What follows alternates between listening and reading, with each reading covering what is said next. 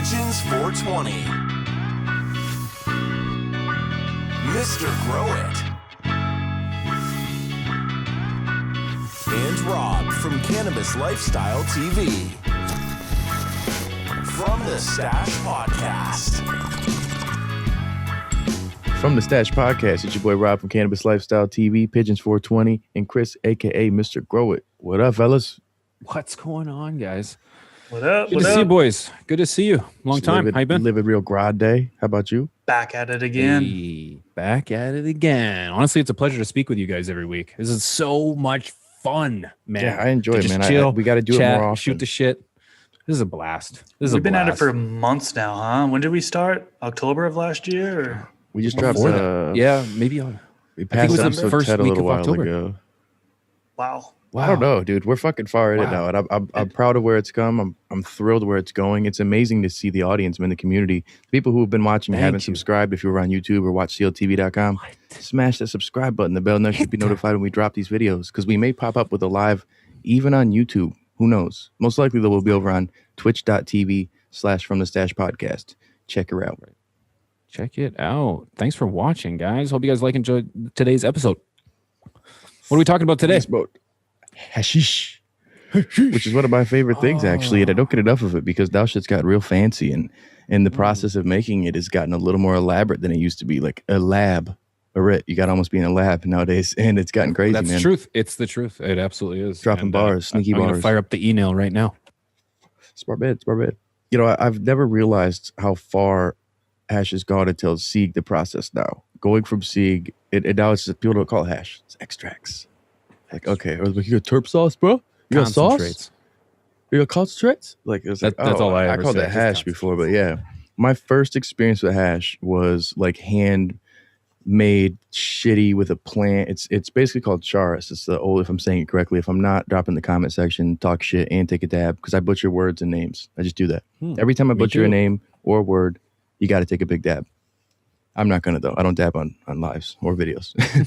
But, you know, it's crazy to see, man. Then it was as simple as just like rubbing your hands, and whatever you get on there, you can scrape off. People would just literally scrape it off and accumulate it with, like, you kind of get particles, like bioparticles, as well as your trichome heads. So it's not all like pure per se, but it smoked great back then. And this was brick days for me. So I was like, dude, this is amazing. Because most people in my time, they weren't pulling great outdoor finished plants, because either A, the season would say, nah, fuck you, we're freezing, or B, somebody else would say, nah, fuck you, and come steal it. So it wasn't legal then, so it wasn't as easy to do, you know. But that's where hash was for me. What was your guys' first experience with any sort of extract, if you want to get fancy? Just buying hash. I don't know. It was just street level stuff. You know, it came with it was like a brownish color, right? All compact. And yeah. So that's like the first stuff I've ever got, and that was always a delicacy, right? put some of that on top of the flour. That, and then also dry sift hash is another thing, but some people call it keef. I do that these days. Is I'll take plant material, whether it be flour or trim, so on and so forth, and I'll do dry sift process, which I'll basically take bubble bags with different microns and add in dry ice with the material, and then shake it for 2 minutes, and then shake it onto, I usually shake it onto a mirror or glass, and then you can scrape it up, and all that material is just straight up trichomes. It's amazing. So I love that stuff. Just sprinkling on bowls. Hash. Dry ice hash. Yeah. Yep, that's what I typically call it.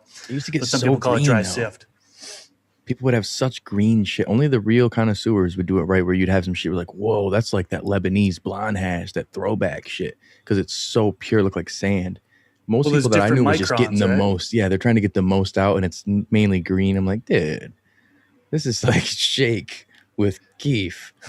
You know, it's like you got to be very more delicate with that. A lot of people are just rough. And like, I'm like, dude, whoa, you understand what you're doing? Is you're pushing more shit through there? You know, but that was always my favorite back in the day. That or ice water style. So using ice water instead of dry ice, and you get the bubble hash. Again, at the time, I remember my first bag that I bought was like made out of fucking plastic or something. It was garbage. I spent maybe 6 hours trying to make it, and I got like a hit.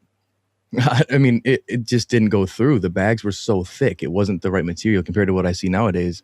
And I spent $190 at the time. Like, it was super expensive. This was in 2008. Like, and I was so pissed off, and I ended up just buying shit on the street, and it was always good. But then one time I got tricked. It was a concert I was at, so there's a lot of shit going on. Got a handoff from a dude that I thought I trusted.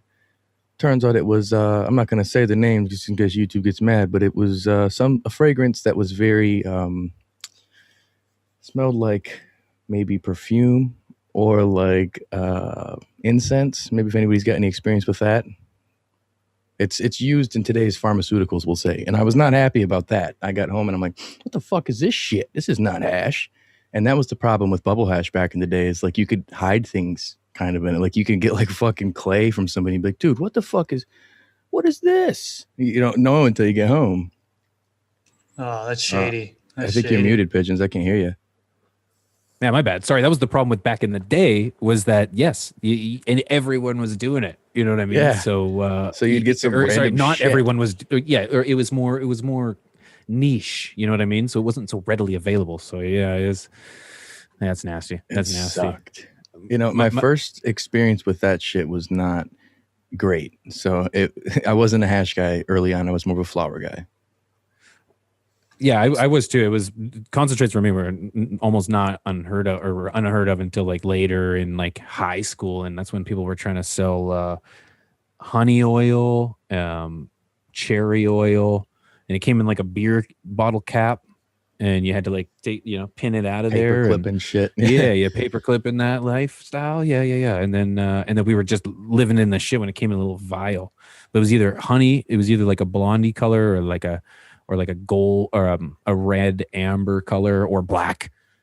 I don't know if the guy was selling you resin or what. It was hard to tell. I still Super haven't mimicked that heat-purged. black result yet. And that was, I believe, probably BHO, right? That was when you're getting the butane hash oil phase, Yeah. when Yeah. that started becoming popular. And when I first saw that, people were just heat purging it on the stove. You know, they'd have like water in a pan boiling, and then they take like they're cooking crack. Man, it was weird. And I'm like, what the fuck is this? I walk in and it was like, don't light any lighters. I'm like, what's going on, dude?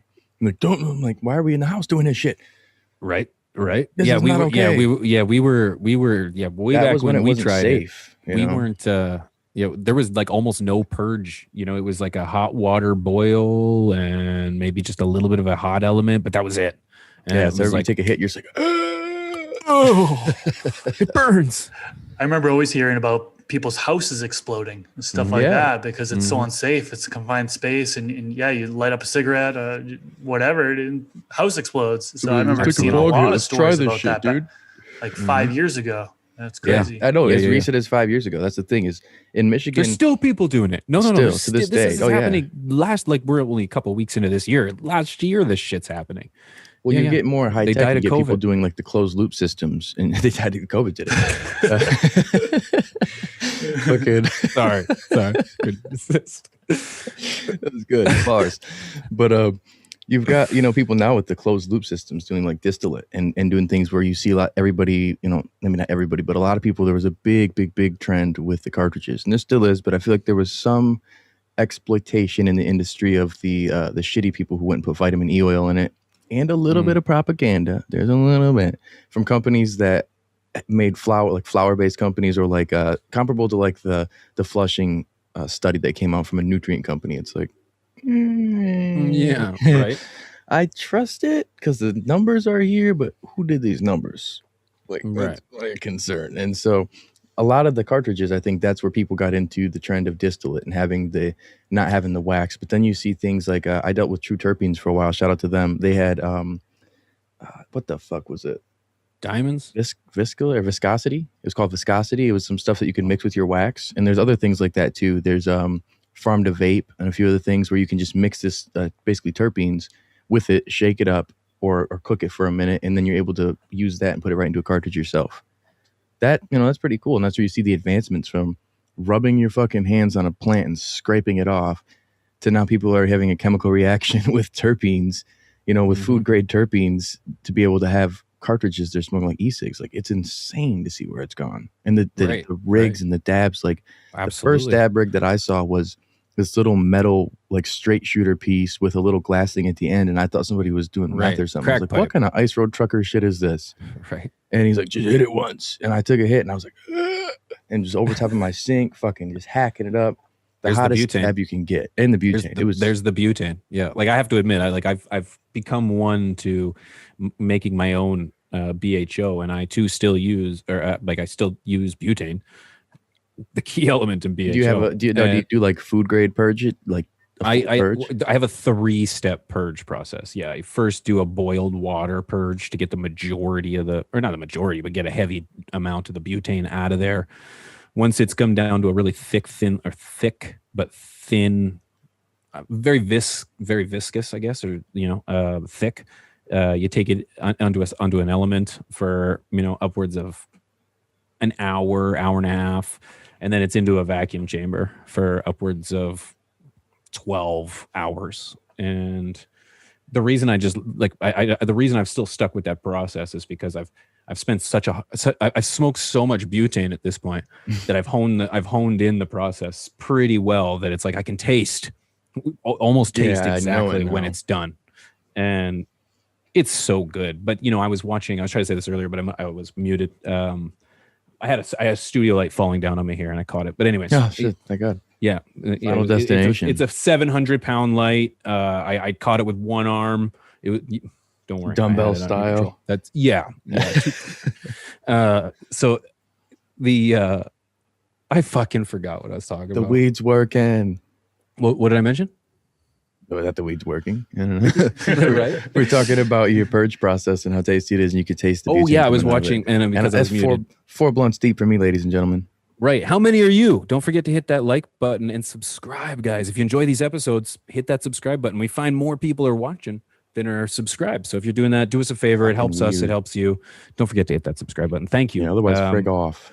I watch a guy like Pedro Grows. Yeah, shout out to Pedro or Mr. Canuck. One of my viewers. Shout out to my man Chaotic. He also these guys press, and they make a very solid. They make a very solid argument about just ditch the solvent, press this shit, and get your product within minutes rather than half a day. And when I watch someone like Pedro Grows, shout out to this guy, and his Instagram is just fucking beautiful. I'm watching that gold, just thick peanut butter just flowing out of that rosin press. It is the most beautiful thing I've ever seen. And, that's incredible, and these guys are taking that keef that you were talking about earlier. They're not even taking plant material in a lot of this cases. They're taking like bags of keef. Or pressing bubble. Like you're kidding. I'm like, whoa, give me that raw shit. Like, what the fuck? I know. Well, see, that's the thing. So I've always wondered, and I know there's a science behind it. I know flavonoid is the heaviest molecule, can drop through everything, even the temperatures, it'll be fine. But the terpenes, so with rosin, with the heat that you're going at, like terps do play a factor into it. And I'm sure I'm going to get dragged through the fucking mud. But wouldn't you be getting a little less in comparison to something like a terp sauce or something that you've processed differently with a butane that you've cured over time and that you've or live resin? That's another one there, that the flavor and the terpenes coming out of that may exceed the rosin. As where the rosin is going to be easier to obtain in your own process, but still a lot of it is cultivar. Chris, appreciate that. Cultivar specific, genetic specific, because if you have something that doesn't press as well, you may not get what you're seeing on Instagram, with live resin, the product does come into play, but a lot of that process is going to be bringing out those terpenes and flavonoids and preserving them more in that process. In my knowledge and experience, which is limited when it comes to extracts, I just smoke them or dab them, whatever. Yeah, I completely agree. I have a rosin press. So I got a 10-ton press. I got it like 3 years ago, something like that. I'm normally a flower guy, but I have pressed out rosin sometimes on special occasions. Well, some flowers it smokes better as rosin, It truly does. I was going to say is, yeah, for sure. What I was going to say though is when you're pressing, there's so many different methods to do it, as far as like what temperature to press at, how far to press down, and so on. So sometimes you can put too much force and it just doesn't, it like breaks the paper. It splits open the actual paper. So you got to be careful there. But the humidity or the moisture of the bud definitely has a lot to do with how much is actually going to be pressed out. If it's too dry, you're not going to really get a yield. If it's too wet, you're not going to get a yield. So that's one thing I've learned. I've smushed so many buds and gotten barely anything. You're like, what the fuck? I know me and traded that a few times. So we're like, oh, it's frustrating. man. It's certainly frustrating in a sense. So it definitely takes a little bit to get used to it. I've pressed from as low as 65 degrees all the way up to 120 degrees. So there's some variance there. I have to ask, it's Fahrenheit, right? Yeah. Freedom units. Yeah. So there's just a lot of variance. But when I do get something that presses out really nice, like some nice Square One genetics pressed out really nice. I had a peanut butter breath by Thug Pug Genetics that's pressed out really nice. Like you mentioned, just like that liquid gold, a real sappy beautiful type. Amazing, really, really good. But it's such a hit or miss, at least for me. I'm such an amateur when it comes to all that stuff. But that's the thing. We're consumers. We're speaking specifically from the consumer standpoint. If you guys know anybody, guys or gals watching this, and you think that there's a good extract artist, which is now the fancy ones are called, that you think should be maybe a guest on here that we can kind of pick their brain, drop it in the comment section here on YouTube or on watchcltv.com. If you're listening, jump over to one of those places. Yeah, there's some real artists when I was going to say, I've seen some amazing diamonds. The homie Dano on Instagram, Dano36, I believe. I don't know. We got him over on our Instagram. I've shared a few pictures of him.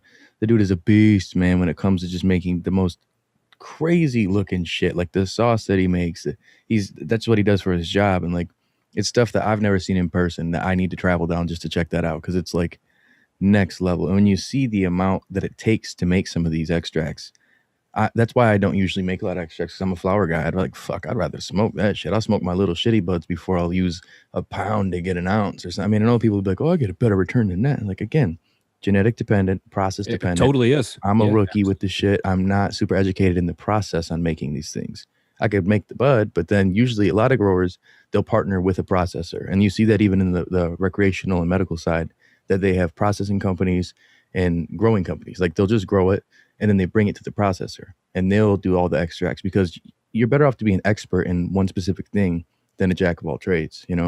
I see people who are like, I can make this kind and this kind and this kind. And it's all like, yeah, it's pretty good. But then I know people who all they do is make sauce and it's just fucking phenomenal, man. Like big shout out to Fire and Ice in Michigan here. Like best flavor I've ever had, hands down. George Jetson's another grommy we fuck with, man. He's killing the game. And also recently, Trey's brother, his Caucasian brother, has been killing the game. I don't know what the fuck he's doing, but just smash it. Smells like Vicks Vapor Rub. Oh, gas behind it. Well, I'll dab this over on Twitch. We get a chance to get over on Twitch because this shit will knock me the fuck out. I have to cut the camera off for a minute. That's what I'm saying. I didn't see stuff like this back in my time. It was stuff that smelled hashy. I remember back in the day, that hashy flavor, that hashy smell. We used to have, I'd make dry sift all the time and I'd press it with just my fingers using parchment paper. And then I'd take a cup with a pin underneath the cup, or underneath usually either a paper plate or cardboard. And then you'd light that piece on fire, blow it out and put a cup over top, and that cup fills up and you just lift it and you hit it like that. And it used to be just the best. Like it was my favorite. It was a delicacy. I'd make some up. I'd take like a gram little rock on there and light it up, and we'd smoke it for like maybe 2 minutes most, but we would be fucking lit and it was so tasty. But it was that hash flavor that like did have bud that I was like, that's real hashy. It tastes real hashy. That's not a thing anymore. Like hashy, that's old school. Now it's like this shit exceeds the terps and flavonoids of your flower. You get amazing, stuff that is next level that you can't get anywhere else other than with an extract, And I think a lot of that comes down to too is you're not usually putting a flame to your extracts. It's how you're using it, whether that be vaporizing it in a pen with a rig like the homie Pigeons dropping right there. I need to get me an e-nail. The e-nail is a life changer, man. Just dude, have you seen the freeze pipe e-nail?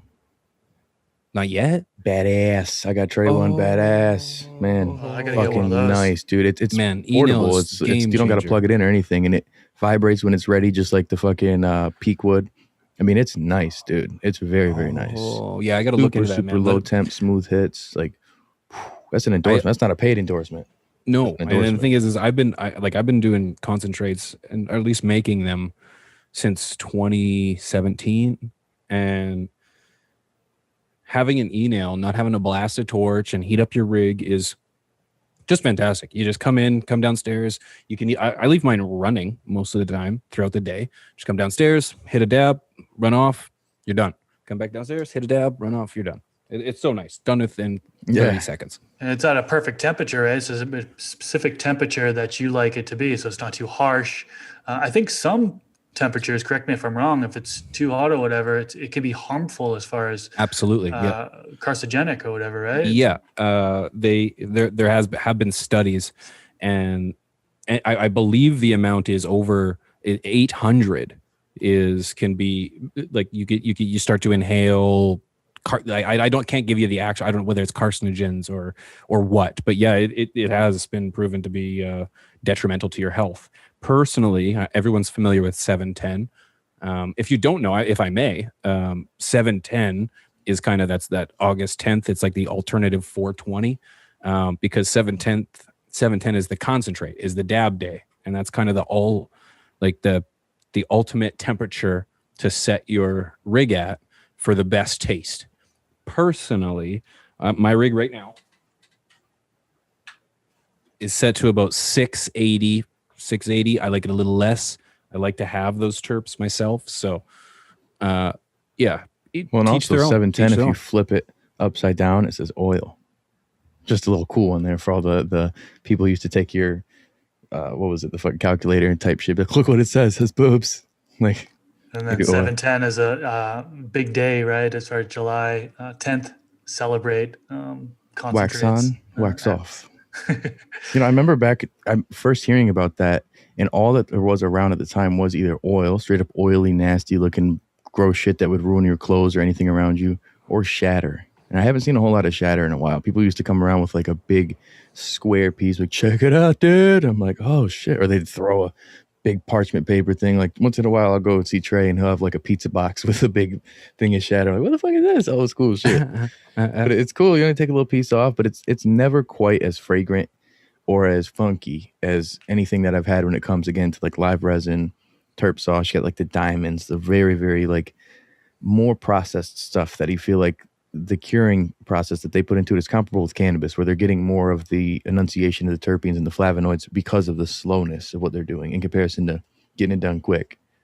And, I wouldn't say one's better than the other than preference. I prefer more flavor, but with that does come more expenses, whether it's you doing it yourself or you spending more money. Because you go to a dispensary and some of this shit's like $90 a fucking gram. Doing half grams for 60, it's like, what the fuck, man? But processing it isn't as easy as that. You don't just have all these tools at home, and you may be spending a lot of money and having risk doing that shit. So I've never been the person who's like making a lot of extracts. The only thing I ever make is dry sift. I use a Speedball 110 micron t-shirt screen printing screen. Mm-hmm. Mm-hmm. And I just gently, we used to have a video on Cannabis Lifestyle, but they got rid of it because I was a little too direct on that video. Mine have gone. Haters. But we have it at watchcltv.com. But just real gently rubbing it across. There's tons of people who do it like Bubble Man, but you can go and buy more screens that are specifically for it that are stacked up, and you've got like 125 micron, 110 micron, I think even 150 kind of layered up. So you're getting the best, different layers, different versions. Preference is preference. I'm okay with the first layer, and I'm good with that, and especially people who like supercharge their joints or their blunts. I'm into that too, so I'll take some and I'll sprinkle it in my blunt. I'm like, okay, no, that's a tasty one there. Especially you mix a different kind of trichome compared to what you had with another flavor. You got like, oh yeah, that terpene smash. I had 11 roses in the blunt, and I had headbanger terps. I was like, oh, this is next level. What the fuck? Made by Zeus. Concentrates done right are life changing. I honestly, I do. There's always a place in my heart for flower. I think there always will be. It hits different. It hits on a level that concentrates don't, but concentrates hit on a level that flower doesn't. And like I enjoy that square kung fu kick in the face appeal that comes from a good dab, and like to the point where it's like you're crawling away from the bong, like, I'm coming back for you. And it's like you can get that from a flower hit, but it's like, yeah, you got to work for it. You're gonna pooch yourself out. You're gonna cough yourself out before you get there, kind of thing. But it's a different high. They're different highs. But concentrate was game changing for me. I'm glad I've ironed out my process. Yeah, it's so much better of flavor. I mean, I like to still say I'm pretty new when it comes to extracts, whether it be BHO, shatter, wax, whatever you want to call it. There's honeycomb, there's batter, but it's only been about 4.5 years that I think 4.5 years was the first time I ever did my first dab, right, off a rig. And the flavor, I was just blown away by the actual flavor of it. It's just so much better than flour. You don't get that plant material at all. A combustion of I didn't like honeycomb. I don't know if you guys have ever heard that or anything. Just like Robin mentioned, just a different extraction method. But I didn't like just dealing with it, dropping in there and so forth, so on and so forth. But yeah, you go into a dispensary. I don't know how it is where you guys live, but there's just all these different types of concentrates, extracts, and all these different methods. So you got to kind of figure out which ones you like and which ones work for you. So. Yeah, I like to dabble around, no pun intended, and try different ones because they really do have different effects and different flavors within each different one. You could have like 6 of the same processed weight, like it could all be turp sauce that all taste different. You could have, all bubble that all taste different. Like the genetic plays a huge, huge, huge role. But I think that what I've liked the most is the easiest to use stuff. And when it comes to like extracts, I hate super sticky, nasty shit. And it just happens to always be the case. Like some good dry sift is just my favorite thing, man. I know it's not as traditional, but it's like, if it's done right, I really, really like that. Rosin is another one too, because certain rosin, if it's done right, it's more like waxy. And after it's sat for a while, it's not as like disgustingly sticky like some of the BHO has been in the past, where like you get a little bit. I've had pants that are ruined for life that got like a little tiny bit, little smudge. Oh, I know. You get it on the bottom of your lighter and you're like, God damn it, just always sticky and nasty. You're like, motherfucker, dude. Yeah. Ugh. Well, storage temperature is another thing that impacts it, right? That's a huge point. That's, when I press out my rosin in the summertime, it's, 80 degrees in my house. Everything comes out like super sticky. You can't collect it as well as you can in the wintertime here, where, it's about 70 degrees room temperature. It's so much easier to collect. So in the summertime, often I have to put the parchment paper on. I put it on like an ice block, and it makes it a little bit easier to scrape. Now, unfortunately, sometimes it just flakes off. It immediately changes its consistency and flakes off. So it's pretty frustrating there. I wish there was some type of like pad or something, particularly with a certain temperature that you could put your parchment paper on and it would easily collect. I don't know if there's any type of product like that, but I hate that gooiness. I hate it. And it always happens in the summertime. Like it's just, there's no way of avoiding it, right? I know. You guys put your concentrates in the fridge? Like if I put my concentrates in the fridge. That's where I store I do them. often. I know people who got chillers. Yeah. Like Trey's got a little container that he carries around. It's like a little lunchbox, but it's just his go-to thing. And he's talking about getting a little chiller up at the office area that he just keeps. He's always got so many fucking flavors. It just keeps it at that ideal, so that it doesn't get that stupid sticky. Personally, like mine's like it's not ideal for your usage, but it's like a glass is typically what ends up. It almost turns into. Yeah, and if you're not careful, take your eye out. Like, I've had that happen before. Or even worse, even worse than losing an eye is when a big chunk of it falls on the carpet. Yeah, right. See, that's where like I like a lot of the live resin, where it's like it almost has a grainy, weird, sandy, like that kinetic sand type of material, but it's saucy at the same time. Like it's weird, where it's easy to handle if you've got a tool to deal with it. It's not going to be drippy and nasty. You can't use your fingers with it. That's the only downside. But like I've had different BHO that was just processed in a certain way that I was able to handle it with my fingers, no problem. Like it was just mendable, and it was slimy to look, almost like glass slime, and then you touch it and it's like puttyish. You're like, oh, this is weird. Just the amount of oils that you would have just consumed into that. Oh yeah, Nothing I can I've smoked so much butane. Nothing I would have thought about back in the day, but now I try not to touch. At all. Just use your tool, be clean. Yeah, you're losing a lot. And just if you're going, it's like essential oils and just. And if we may for a moment, a lot of people, there's this misnomer out there that if you have a bad product, you can turn it into concentrate. And by bad product, I mean like a bug infested or like a mold infested. If you have bugs or mold, to a point where you're concerned anyways, if mold's taking over, don't run that product. Because if you're concentrating those terpenoids and those cannabinoids, those cannabinoids, you're going to be concentrating that mold. You're going to be concentrating those bugs. You're going to be getting their fecal matter and whatever just at a concentrated level.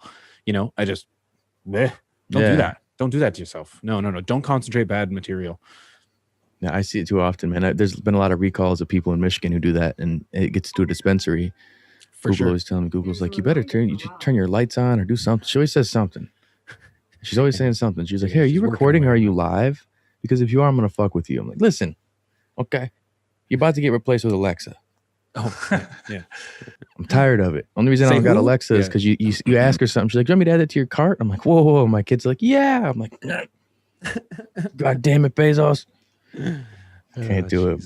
But I think with that being said, man, we covered our personal experience with extracts. We're all going to get deeper into it as we get deeper into it, obviously. What's your preferred method? I want to know from you guys. I was going to say we're growers. I'd rather hear what the people who make it, because there's a lot of people in our community who are experts and who at least have had more experience than us. So let us know in the comment section. If you're over on YouTube, if you're on Watch CLtv, if you're listening, jump over to these places. Follow us wherever you're at, because we'll be dropping videos every week. Live streams over on twitch.tv/FromTheStashPodcast when we get a chance, usually Thursdays. But yeah, anything else to drop in there, fellas? No. Question for the viewers that are pressing rosin is what temperature do you press at and the length of time that you press? I'd like to know that. My own personal Good question. That's a great question. I'd be curious to know. Help us. Great question, guys. I'll see you guys next week. Absolutely. With that being said, it is Rob from Cannabis Lifestyle TV, Pigeons 420, Chris, aka Mr. Grow It. We will see y'all next week. Peace.